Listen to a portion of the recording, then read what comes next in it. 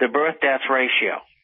Now, if you extract the birth-death ratio, which is, the government says, we can't get to all the small and medium-sized companies, so we're going to guess at it. Well, every time they guess, with the exception of a couple of times in the last 5 years, 6 years, they have found an average of 185,000 new jobs per month, which they made out of thin air, which is nothing but a lie. Mm-hmm. So if you extract that from the 16.8, you get 20.8%. Unbelievable. And I'm not the only one that does these figures. John Williams does them as well, and John's better at it than I am. And John came out with 20.9.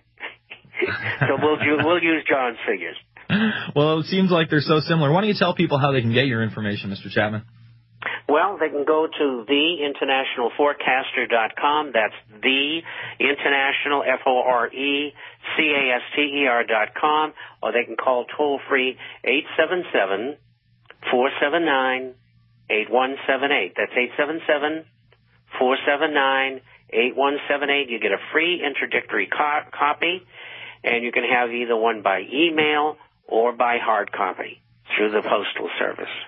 I kind of want to jump subject matter right now. I have this article that I haven't been able to cover. University tackles a new world order. Okay, and in the first paragraph it says a new world political and social order, an environmentally sustainable planet, world peace, and a new internet system to replace the one that's creaking under the weight of mass multimedia. These are the core aims of the University of Essex's new research strategy. Now, I just released my trailer for Invisible Empire, A New World Order Defined this week, and there are still people out there that don't believe a new world order either exists or is coming into being, but yet there are mainline articles like this one, and everything I just read off there is something we've been talking about here at InfoWars and something you've been talking about for decades. I mean, when you talk about a new world political and social order, an environmentally sustainable, their buzzword, planet, a world peace, and a new internet system to replace the one that's creaking under the weight of all this multimedia. We've been telling you about Internet 2 for years.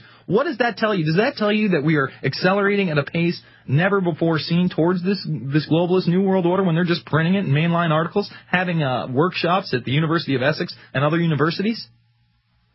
They're telling you that it's time for them to move because they want to set a public perception that this is absolutely necessary, and we better go do this, among other things. And they want to create the image that this Internet is creaking. I mean, it's only, 20 years old? Mm-hmm. Let me think. About 20 years old. Mm-hmm. And it's not creaking under anything. They just want to get control of it. They want to form a new network so they can bypass this. In the new network, there won't be any Alex Jones or Jason or Bob or anybody else.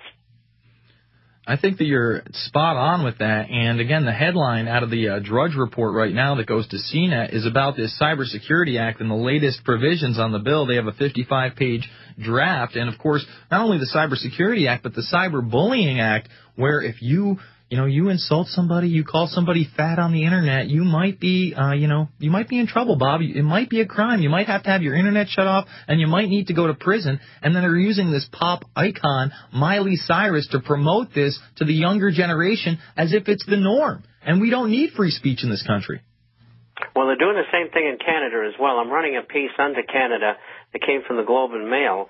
And they're into this hate speech, which is what you're talking about, because if I called you fat, Jason, well, that's hate speech.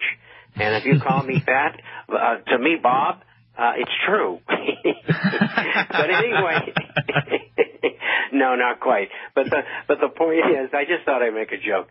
The point is, not only can they put you in jail, but they can confiscate your assets. And that's really the underlying notion of the article from the Globe and Mail. Mm-hmm. And so if you get a chance, you're getting my publication, go into Canada and look for that link and take a look at it. It's ominous, and it's happening all over the world. It's just not England, the United States, and Canada.